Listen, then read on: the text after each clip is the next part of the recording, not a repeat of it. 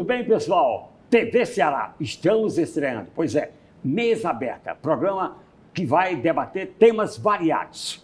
Importante, uma emissora que, dia 7 agora, completa 42 anos. Mesa Aberta, tem convidado especial hoje também. Antes, agradecendo a minha amiga Lena Chimenez, a superintendente dessa emissora que cada dia mais cresce no Ceará. André Capeperibe, quem é o convidado nosso desta noite? Convidado especial, professor Mauro Oliveira, orgulho do ensino técnico do Ceará, se formou na então Escola Técnica, fez engenharia na UFC, nossa Universidade Federal do Ceará, fez mestrado na PUC, lá no Rio de Janeiro, fez doutorado na França e pós-doutorado na França e na Inglaterra. Que currículo, Eleomar. Ufa! Tudo bem, professor? Tudo bem, é um prazer enorme estar aqui, Eleomar e André. Prazer, professor. E eu quero só pegar carona na fala do André, quando falou aqui do ensino profissional, não é? Eu, na verdade, completei 50 anos no ensino profissional e quero registrar que o Eleomar deu uma grande contribuição quando houve a cefetização, né? A passagem da escola técnica, que até então era nível médio, para uma instituição de nível superior, brilhante aí nas mãos do nosso reitor, Valdir Mendonça. Então, quero só aproveitar para agradecer a grande contribuição que você deu, né, nas suas notícias, né, toda essa evolução histórica do nosso IFCE. Professor, mundo digital, como é que está isso aí na cabeça do jovem hoje? Hoje eu conversei com meus alunos sobre isso, né? Porque nós estamos diante de uma revolução que ainda não foi entendida. Toda vez que se fala em digital, se fala em mudanças, né? Eu lembro que no início do século já se falava dos robôs que iam, né, André, iam assumir os lugares dos humanos, já se falava de uma série de as especulações dos filmes, né? O Asimov, né, o famoso Asimov com os seus livros, mas tem acontecido algumas coisas que precisam da compreensão da sociedade, em especial da escola. E quando eu falo escola lato sensu. Então, há uma revolução em andamento, né? Já houve revolução lá, a famosa revolução industrial, depois a gente entra após a Segunda Grande Guerra, os computadores assumem o protagonismo, né, da nossa vida. A gente tem o aparecimento aí da internet, né? Na verdade, eu diria que a internet não é a grande revolução. A grande revolução foi a web, que é o permitir que qualquer pessoa que tivesse o que eu chamo a rapadurazinha eletrônica, essa que a gente manipula diariamente, essa que nós somos viciados, que a gente não se controla, ela permitiu uma quebra de paradigma que a escola não compreendeu. Eu que fui aluno do Liceu do Ceará, quando a gente não queria ter aula, bastava esconder o caderninho do professor, né? E aí chega a web quebrando esse modelo. Chegam as redes sociais fazendo outra quebra de paradigma que a escola não compreendeu. Tem até um filme muito interessante chamada Adolescência, uma série que mostra o problema exatamente de um garoto que acaba assassinando uma colega por conta da história das redes sociais. E agora nós estamos diante de uma situação que mereceria, e por isso eu aproveito para agradecer, André, você e o Eleomar, nós estamos diante de uma situação que merece uma grande reflexão, porque mexe na educação, mexe na economia, mexe no emprego, mexe no futuro que a gente não sabe como é que vai acontecer. E eu não vejo essa sociedade, Eleomar e André, com essa preocupação à flor da pele. Eu não vejo discussões acontecendo como deveria acontecer. Essa revolução leva o nome de inteligência artificial generativa, que não é aquela que ganhou do Kasparov em 1997, estão lembrados? Não é a do começo do século, onde o Watson da IBM ganhava aquele joguinho de quem é que descobriu o Brasil, coisa e tal. Não. Nós temos hoje uma revolução que é a revolução de uma IA que cria. E eu vou explicar o que é que significa isso no decorrer da nossa conversa. E cria que está de olho no lucro também, tem isso? Né? Mas eu acho que esse de olho no lucro sempre aconteceu. O modelo capitalista, ele sempre foi muito claro. Ele sempre foi de olho no lucro. O que acontece de novidade agora, Eleomar, é que nós temos algo que talvez ele já se fala até numa ameaça desse modelo capitalista vigente, Porque nós estamos diante de uma mudança vertiginosa. Como, por exemplo, essa IA generativa, que é a IA do ChatGPT, Gemini, essas que a gente chama de grandes linguagens, na hora que ela permite a criação, isso merece uma compreensão. E eu estou preparado para explicar o que significa isso. Observa o seguinte, se antes você tinha uma IA que reconhecia, né? Reconhecia racial, as tudo, fotos, né? as fotos, a nossa voz, né? Eu lembro que quando eu estava, já que você falou que eu fiz o doutorado na França, naquela época, há 30 anos, eu chegava lá no laboratório e dizia, o cara dizia bonjour, a porta abria, né? Eu dizia, arriégua, a porta abria. Porque, na verdade, já havia um sistema inteligente que permitia reconhecer, não pela palavra, mas, né, pelo sotaque, pelo timbre, que aquela voz era minha. Bom, é para dizer que não. Hoje nós temos uma coisa que merecia uma reflexão do Estado, né, da sociedade, em especial da universidade, que nasceu para isso. A universidade nasceu para estar à frente da sociedade. Né? Então, qual é essa coisa que me preocupa? Né? É uma inteligência artificial criada em 2017 pela Google. Nem ela percebeu o que ela tinha criado. A OpenAI, né, 2 anos depois, lança o ChatGPT. Em uma semana, 2, já tinha 100 milhões de assinantes. E por que houve essa loucura? Porque pela primeira vez você tinha uma máquina que você, ao falar com ela, no início com várias limitações, mas ao falar com ela, o que ela fazia? Através de um mecanismo, né, que a gente chama de vetorização do conhecimento, pegaram tudo que tinha e vetorizaram. É como se você chamasse a turma. Turma, responde aqui essa perguntinha do Eliomar. Então, na hora que você tem o conhecimento humano disponibilizado para qualquer uma dessas ferramentas, isso é uma quebra de paradigma sem precedentes. Porque agora, ele faz o quê? Ele cria código, então não preciso mais do programador.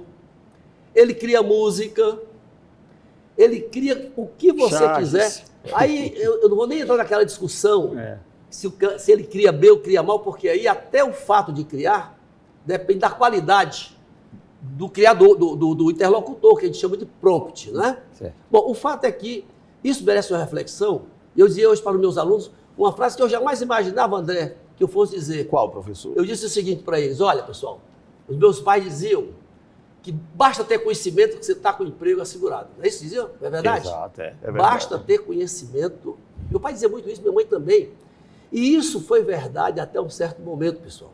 Porque agora tem uma maquinazinha na nossa mão, na rapadura, que ela tem conhecimento. E na hora que ela tem conhecimento, ela começa a ameaçar algumas profissões. Antes, a automação, por exemplo, a automação bancária tirou alguns empregos dos caixas, não é verdade? Pois bem, essa nova automação, que é a automação do conhecimento, ela vai desempregar, já está desempregando no galope, naquele chama galope de São Malo, que é quando a maré de São Malo sobe, né? Numa velocidade que o Brasil talvez não tenha percebido ainda, mas que os países do chamado primeiro mundo, não gosto muito dessa expressão, já estão se preparando para isso. O Brasil precisa, é um alerta que eu faço, né? De que o Brasil, ele tem até um plano brasileiro de inteligência artificial, que é o PIBIA, André. Sim. Mas esse plano, infelizmente, ele está, vamos usar aqui uma metáfora, está de carroça, né? Enquanto a inteligência artificial é um foguete exponencial, o plano brasileiro, que existe, que é bonito, que é bacana, ele está precisando, né, a gente botar uma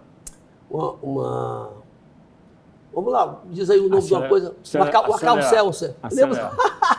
Uma coisa para... Ligar o turbo. Ligar o turbo, precisa ligar o turbo. Porque a gente pode pagar um preço muito alto. Mas por falta de recursos? Não. Existem duas coisas. É claro que tudo tem a ver com recurso. Mas o uso de recursos depende das políticas, né? Exato. E a política depende da compreensão.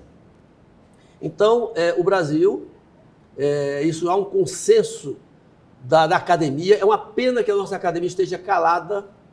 Eu tenho reclamado isso. Nós temos um grupo chamado Sociedade Brasileira de Computação, que tem mais de 20 mil pesquisadores, E eu tenho colocado de que nós não podemos, né? Os doutores da França, da Itapipoca, não interessa de onde, eles foram formados para exatamente ajudar o país, né? Exato. Para poder dizer para o país, olha, nós precisamos ter um rumo, porque essa IA... Quer ver uma coisa? Nesse livro aqui, que eu lancei, chamado Soberania Digital, Colonização e Letramento. Colonização, vamos ver se é colonização. Todos nós pagamos 200, 300, 400 reais por mês para as Big Techs, para nos mantermos nas redes sociais. Exato. Verdadeiro ou falso? Exato. Verdadeiro. Vamos lá, pode fazer as contas. Verdadeiro. Eu pago $20 do ChatGPT, Netflix, Google Drive. Então, nós hoje já temos uma vida que depende de um pagamento mensal que a gente faz para as Big Techs. Se fosse antigamente do Aurélio, lembra da época do Aurélio? Quem tinha do Aurélio? E é isso que eu iria citar, professor, isso que eu iria citar. O senhor citou, e permita comentar, o Kasparov, né, que no final dos anos 90 perdeu para o Deep Blue. 97, exatamente. 97. O meu hobby é jogar xadrez. E uma coisa boa da internet, e a IA me assusta muito, uma coisa boa da internet, que meu pai tinha condições de comprar livros quando eu era menino, ele também era enxadrista, livros em português praticamente não tinha, livros em inglês, principalmente em espanhol. Então, o xadrez era um jogo, eu não gosto de usar esse termo, mas para me fazer compreensível, um jogo elitizado, por mais que eu não gosto de usar esse termo, porque não é o termo mais adequado. E hoje, com a internet, qualquer menino, mesmo de uma mais carente, já tem acesso a Global. Nesse aspecto é uma vantagem, né? Nós democratizamos o conhecimento. E da educação também. Não tem dúvida. O papai comprou algumas enciclopédias para mim, meus irmãos, a Barça, entre outras, e hoje com a internet a meninada tem acesso a esse mundo. Né? E isso eu vejo como muito positivo. Sem dúvida. Agora a IA me assusta como leigo, se assusta o senhor, que é doutor no assunto, imagine a nós como leigos. Na verdade, a moeda tem dois lados, né? A tecnologia lá atômica, né? Tanto serviu para esse ato que eu nem sei explicar, porque ó, esse assassinato que houve em Hiroshima, né? Exato. Houve um assassinato em Hiroshima, né? A explosão da bomba atômica em Nagasaki, Hiroshima, realmente para mim é um assassinato que não é colocado dessa forma na história. Mas, ao mesmo tempo, é a mesma tecnologia que evita muita gente morrer de frio na Europa. Exato. Né? Doenças, tudo. Não tenha dúvida. Nós temos hoje vários tipos de tratamentos nucleares. Então, é uma questão seguinte, quando eu falo da minha preocupação com a IA generativa, não é nem com a IA em si, a IA já preocupava. Mas eu chamo a atenção, aproveito aqui, o mês aberto para dizer o seguinte, é urgente que as universidades, que a sociedade abram um debate, aproveitar aqui os 42 anos da TV Ceará, para lembrar que é algo importante que a gente produza debates, né? Porque nós estamos diante de uma coisa diferente. E o que é que eu chamo de diferente? Volto à história para não perder a história dos meus alunos. Quando eu disse meus alunos, meu pai dizia que bastava ter conhecimento, agora, além de conhecimento, tem que ter outras coisas. A formação do nosso jovem tem que ser mais propedêutica. Ele teria que ter, sabe o quê? Ele tem que ter filosofia. Ele tem que ter mais conhecimento sobre história, sobre geopolítica. Ética também. Olha, aliás, a ética nunca devia ter saído, né? Exato. Mas olha só, aquele nerd, está com dias contados. Olha que absurdo. Eu nunca imaginava dizer isso. O nerd é aquele cara que só sabe fazer aquela coisa, está com dias contados por quê? Porque a rapadura eletrônica, o ChatGPT, é capaz de responder e fazer tudo aquilo que o nerd faz. A menos que você comece a dizer o seguinte, olha, além de ser um nerd, eu tenho que ter capacidade de argumentação, eu tenho que ter capacidade de uma criação, que a filosofia ajuda, que a história, a geografia, esse conhecimento propedêutico ajuda, porque na hora que eu estou fazendo o prompt, que é a linguagem de comunicação com o computador, com o ChatGPT, com as LLMs, eu preciso ter uma formação mais eclética. E a pergunta que eu faço a vocês dois, será que a nossa escola está sabendo disso, está pensando nisso? Ou ela está ensinando do mesmo jeito que se ensinava no século passado? Deixa eu perguntar uma coisa ao senhor, professor. Eu sou fã do ensino técnico. E o senhor começou no ensino técnico, depois foi para o ensino acadêmico, né, onde chegou a pós-doutor. Por que essa cultura nossa aqui no Brasil de incentivar, os pais incentivarem, quererem que os filhos sejam doutores, que façam universidade, enquanto a cultura da Europa, dos Estados Unidos, é justamente uma cultura que valoriza muito mais do que nós o ensino técnico? André, você me fez lembrar agora, não sei se é porque eu estou aqui perto do Eliomar, que me inspira muito, tinha uma propaganda que dizia assim, eu posso tomar uma Kaiser antes, lembra? Ah, lembra, Kaiser. Porque a sua pergunta é de uma complexidade. Eu não, sabe qual é a minha resposta? Não sei. Não sei, mas eu sou solidário à sua dúvida e vou até ampliar, por exemplo, tem coisas que eu não entendo, essa questão da valorização. A gente, vamos pegar o caso do Ceará, nós temos um problema de valorizar o que vem de fora. O senhor falou em Ceará, está chegando muito agora o data center no Ceará. Isso. Me permite só terminar a história do Chicanísio. Está ótimo. Porque o Chicanísio dizia isso, né? Sim. Quer fazer sucesso no Ceará, faça sucesso primeiro lá fora. Então, eu vim me perguntando coisas que você me perguntou. Por que nós queremos sempre essa questão da cultura do doutor, essa questão de valorizar o que vem de fora? São coisas assim que tem uma explicação antropológica, entendeu? Eu escrevi agora um artigo que ele publicou, em que eu perguntava o seguinte, nós pensamos como colonizados ou como protagonistas, né? E na hora que a gente respondeu essa pergunta, vem a sua pergunta, por quê? Por que a gente não tem, a gente na hora que a gente usa toda a ferramenta, as ferramentas das Big Techs, a gente não se pergunta se nós somos capazes de fazer isso. O Pix, que é uma conquista brasileira, ele é muito mais difícil de fazer do que essas redes sociais, muito mais do ponto de vista tecnológico, e nós fizemos. Um país que tem uma Embraer, um país que tem uma pesquisa como de poços profundos como a Petrobras, é um país que já mostrou que poderia estar competindo com as Big Techs. Mas a cabeça é colonizada. Mas a cabeça, aí entra naquela pergunta que ele me fez, que eu não sei responder, porque eu sou da área mais fácil, que é a área de exatas. Essa área, antropologia, essas coisas mais complexas, eu não sei responder. Mas eu concordo que a tua pergunta é extremamente importante, ela precisa ser respondida. Por que nós somos assim? Pegando agora a pergunta que você me fez, a questão dos data centers, né? Olha, data center precisa de uma compreensão, acho que um programa especial, vou explicar a você por quê. De início é complicado, porque nessa cultura que você falou, essa cultura que valoriza o cara de fora, não valoriza a terra, a cultura que quer que o cara seja doutor e não um técnico, é a mesma cultura da polarização. Na hora que eu digo qualquer coisa para melhorar alguma coisa, eu já sou considerado um opositor àquilo que eu quero ajudar. É impressionante esse traço na nossa cultura, né? Mesmo assim, eu vou arriscar e dizer a verdade, que eu sempre tenho dito a verdade. Data center de IA, existe data center, né? E o data center de IA, que é essa novidade. Ele é um problema mundial. Ele é um problema mundial. Por quê? Por quê? Porque isso tem assustado a nós, pesquisadores. Nós não sabíamos. Lembra que eu falei que quando você usa o ChatGPT, ele vetorizou o conhecimento? É como se chamasse o pessoal para responder uma perguntinha. Isso custa muito processamento, muita energia, e nós não sabíamos, porque ninguém se preocupou com isso, que ia consumir tanta energia para poder fazer essa mágica. Não é quase uma mágica? Exato. Você perguntar qualquer coisa, né, e essa qualquer coisa ser respondida como se fosse um interlocutor humano. Isso custa muita energia. E aí qual é o problema?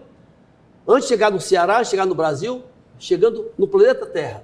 Isso é um problema porque, para que isso aconteça, você tem a taxa de crescimento da inteligência artificial e a demanda por energia é muito maior do que a capacidade mundial de produção de energia. É como se uma fosse exponencial e a outra fosse linear. Significa dizer que a energia vai ficar cada vez mais cara. E aí a gente começa a fazer essa pergunta para o Ceará. Será que o Ceará está negociando as energias futuras? Alguém está fazendo um estudo de quanto essa energia vai cuidar? Porque hoje no Texas, nos estados, né, onde você tem data center que não querem mais ter data center, eu vou já explicar por quê, a energia cresceu. Se a energia cresceu lá, mesmo no Brasil, que tem uma matriz energética farta, limpa, e é por isso que eles estão vindo para cá, essa energia vai crescer e isso mereceria um estudo para poder a gente vender bem. Então, o que é que nós, do Iracema Digital, o grupo que nós coordenamos, estamos preocupados, e aí eu tenho uma boa notícia, né? Nós estamos aí, fomos ouvidos pelo governo, né, pelo governo do Estado, entregamos um documento em que nós dissemos data center de IA no Ceará, estratégias para negociação, governança e sustentabilidade. E para surpresa nossa, muito positiva, Acatou. o documento não só foi, né, recebido, como ele foi aprovado. Então nós estamos em reuniões. O Ceará poderá ser, Eliomar e André, poderá ser um mensageiro para o resto do Brasil de uma boa política. Notícia boa, né? Uma boa política, sabe por quê? É o que eu chamo do entusiasmo do colonizado. Não é? Que é outra coisa que eu colocaria nessa sua cestazinha aí, sim, de coisas que eu não sei responder. Quando chega, todo mundo se entusiasma. O cara nem sabe como é que funciona, quais são os problemas ambientais, quais são os problemas. Não, o cara já se emociona e já aceita de qualquer maneira. O que o Iracema Digital está defendendo e o governo está acatando, nós estamos aí com uma reunião com o secretário Chagas Vieira, de que nós precisamos ter recursos de investimentos. Ninguém vai negar o investimento de 200 bilhões, né? Que é o que vai acontecer com o TikTok Casa dos Ventos, agora em Caucaia, até o ano 2030. Claro que você não vai dizer não. Geração de emprego, geração de renda. Aí eu boto aspas. Não há geração de emprego. Infelizmente, depois da construção civil, né, que ele estiver funcionando, não há. Nós temos que conhecer essa realidade, sabe para quê? Para negociar bem. É um investimento importante? É. Mas o 80% do CAPEX, né, do capital, é para compra de máquinas sem imposto. Então a gente tem que ter cuidado que nos 200 bilhões, né, tem uma parte que é para compra de máquinas que vem sem imposto. Evidentemente que isso vai gerar renda, gera impostos estaduais. Sim, exatamente. O que é preciso é ter, e é isso que a sociedade civil, através do Iracema Digital, a CESPRO e outras entidades, estão dizendo para o governo. Governo, nós queremos ajudar. Né? Nós que fomos formados pela sociedade, nós queremos que o Ceará surfe nessa nova onda, nós temos que fazer bons negócios. Porque se nós não tivermos essa compreensão, se não houver uma cultura, se a cultura for parecida desse balaio que a gente começou a conversar aqui, uma cultura de que só porque vem de fora é legal, a gente vai negociar mal. E se nós negociarmos mal, vai acontecer aqui o que está acontecendo no Texas, em que as pessoas lá não deixam mais construir data center. E com a razoada do professor, a gente vê, né, como a nossa história é dinâmica, mas ao mesmo tempo se repete, né? Me faz lembrar aí Raízes do Brasil, né, do Sérgio Buarque de Holanda. Os conceitos são os mesmos. E parabenizar, né, o governo do Estado por essa boa acolhida do projeto. Professor, deixa eu lhe perguntar algo aqui e estendendo o nosso bate-papo. Por que o senhor, que tem um currículo acadêmico tão extenso, poderia estar no curso de doutorado, ministrando curso de doutorado, pós-doutorado, mas está no IFCE depois de 50 anos, professor, ensinando ensino técnico? Olha que pergunta boa. Nunca me fizeram essa pergunta, viu? Eu quero, então, agradecer ao André, porque essa pergunta tem a ver com a minha primeira aula hoje. Olha que coincidência. Eu disse hoje para os alunos que, eu digo, olha, eu quero que vocês saibam que eu fui secretário nacional de telecomunicações. Do Ministério das Comunicações, exatamente. No primeiro governo Lula. Foi. Participei ativamente aí do projeto TV Digital. Da TV Digital, né? Trouxe para E aí eu digo, olha, eu estava com um bombonzinho, né? Eu sempre levo para agora esqueci o nome, daqui a pouco eu lembro. E eu digo, olha, para quem acertar, por que eu estou dizendo a vocês que eu fui secretário nacional de telecomunicações? Não é para falar de mim, né? Eu já estou com 70 anos, não precisa mais estar falando de mim. É para dizer para vocês, sonho de valsa. Eu estava com sonho de valsa. Que eu adoro, particularmente eu adoro. Aí eu digo, olha, eu quero que vocês saibam que eu fui secretário nacional de telecomunicações porque eu fui aluno dessa escola. Dos 7 diplomas que eu tenho aí, que você citou, né? O mais importante está lá no meu Lattes. É o de eletrotécnico da Escola Técnica. Então eu tenho uma dívida muito grande com essa escola. Eu tenho uma dívida porque ela mudou a minha vida e isso que eu estou falando aqui, eu não imaginava. Eu falei hoje de manhã para os alunos. O senhor quer devolver o que o senhor recebeu? Na verdade, eu poderia fazer essa devolução de várias formas. Por exemplo, eu voltei do doutorado em 93. Você sabe, se conhece o meu projeto lá, o Pirambu Innovation, Exato. que é o Pirambu Digital. Há 20 anos nós estamos lá na periferia e formando gente. Eu acho gente premiada, né? Que essa daqui do gente Brasil. premiada, não tenha dúvida. Jovens aí de tudo que é. Deu chance ao jovem, né? Deu chance ao jovem, ele surpreende. Agora, precisa entender que essa chance ela tem que ser. Não é aquela chance, não é porque você deu só uma formação, não, você tem que dar uma estrutura, que é o Pirambu Digital, né, fez. Mas é para dizer, para não fugir a pergunta, é o seguinte: essa escola é a escola da minha vida. A Escola Técnica Federal do Ceará, do meu querido professor Aloísio de Castro Silva, foi meu professor. Ela é a escola que, na verdade, da mesma forma que ela transformou minha vida, eu sinto, e eu senti isso na aula de hoje, eu disse para os alunos, olha, a vida de vocês, pode esperar, ela vai surpreender vocês, porque eu jamais imaginava, né, que eu, ex-aluno, pudesse ser diretor dessa escola, né, secretário, inclusive, no primeiro governo CID, e secretário nacional lá da Ministério das Comunicações. Que vim do relato, e como passou rápido o tempo, chegou a hora especial já. Já. Professor, é o seguinte, já que o senhor falou tanto em rapadura, para quem o senhor serviria um cafezinho gostoso nesse nosso bate-papo aqui? Para quem eu serviria um cafezinho gostoso? Café gostoso. Olha, você devia ter me preparado para essa pergunta. Não, mas é assim mesmo, é de surpresa. É de surpresa. É. Olha só, me vêm aqui muitas pessoas, né? Eu estou aqui tentando fazer um radar, mas eu, sem dúvida, eu serviria esse café para um amigo muito importante na minha vida da escola técnica, que foi o Demócrito Duma. Foi meu chefe no povo. Demócrito Duma, ele... Um sonhador.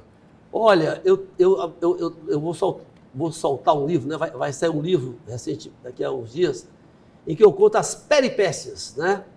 A minha vida não teria sido tão emocionante se eu não tivesse conhecido o Demócrito. Porque, por exemplo, projeto 24 horas, que começava 11 da noite e terminava 5 da manhã, parece loucura, né? Formamos 600 LSIs de madrugada, graças ao Demócrito. Que fabuloso. E quem não merecia, para terminar, professor Mauro, quem o senhor não serve um cafezinho tão especial? Tem do outro lado também. Olha, não, eu vou dizer quem foi. Não, eu falei da bomba atômica agora, né? Falou. Exato. Esse computador que a gente usa, ele tem uma arquitetura chamada arquitetura von Neumann, que foi o maior matemático, mais do que Einstein, do século passado. É reconhecido o von Neumann. E eu não serviria esse café para o von Neumann, né? E a pergunta natural é... Por quê? Por quê? Vamos deixar para o próximo episódio? Pois é. Não, é rápido. É porque von Neumann foi o cara que calculou a altura ideal para a explosão da bomba de Hiroshima. Meu Deus do céu. Passou rápido. Passou rápido, né? Professor Mauro, que alegria. A gente agradece a sua presença aqui, foi importante, foi uma aula, né, André? Uma aula, uma verdadeira Importante para nós também, telespectador. Pois é, e não se esqueça, em segunda-feira, a partir das 8 da noite, tem Mesa Aberta. Não se esqueça não, viu?